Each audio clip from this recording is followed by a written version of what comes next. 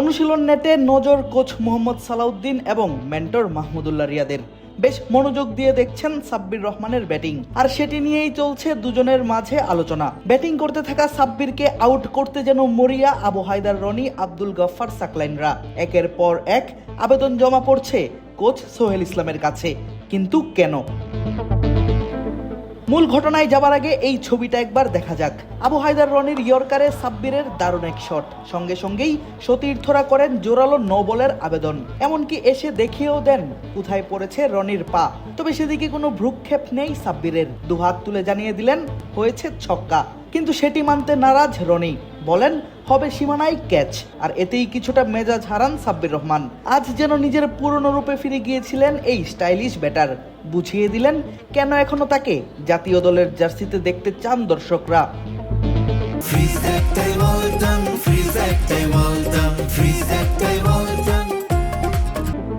সাব্বির যে ব্যাটিংটা আজ করবেন বিধ্বংসী ভাবেই, সেটা অবশ্য বুঝে গিয়েছিল তিনি অনুশীলন নেটে প্রবেশ করার পর থেকেই। সব বলেই খেলতে চাচ্ছিলেন বড় শট, তবে প্রথম দিকে হচ্ছিল না ঠিকঠাক। কিন্তু খুব বেশি সময় নেননি নিজেকে সেট করতে। কয়েকটি বল ফেস করার পর থেকেই দেখা যায় তার ধুমধারাক্কা ব্যাটিংটা।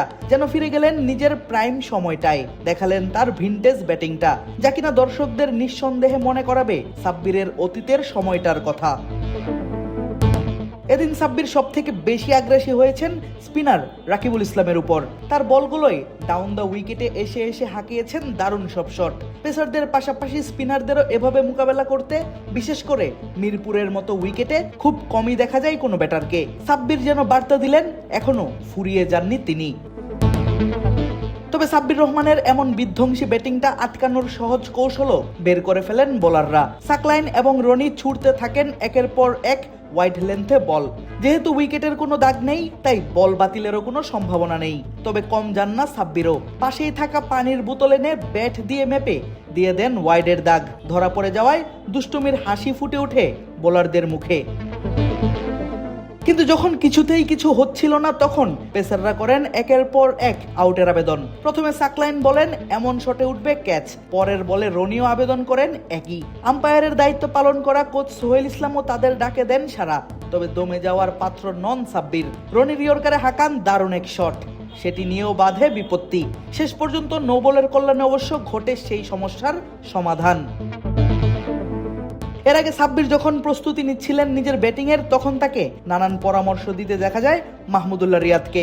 একসময় রিয়াদ ছিলেন সাব্বিরের জাতীয় দলের সতীর্থ, এখন পালন করছেন এইচপি দলে মেন্টরের ভূমিকা। তিনিই শ্যাডো করে দেখিয়ে দেন নানান কৌশল, বাতলে দেন টিপস। সাব্বিরের ব্যাটিংটা অবশ্য মাঠে দাঁড়িয়েই দেখেছেন রিয়াদ, সঙ্গে ছিলেন কোচ সালাউদ্দিনও। দুজন মিলে করেন সাব্বিরকে নিয়ে আলোচনা। তাই প্রশ্ন উঠাই স্বাভাবিক, তবে কি এইচপি দলে নিজের পারফরমেন্স দেখিয়ে সাব্বির খুলছেন জাতীয় দলে নিজের দরজা? আদিব আশরাফ, ক্রিক ফ্রেন্জি।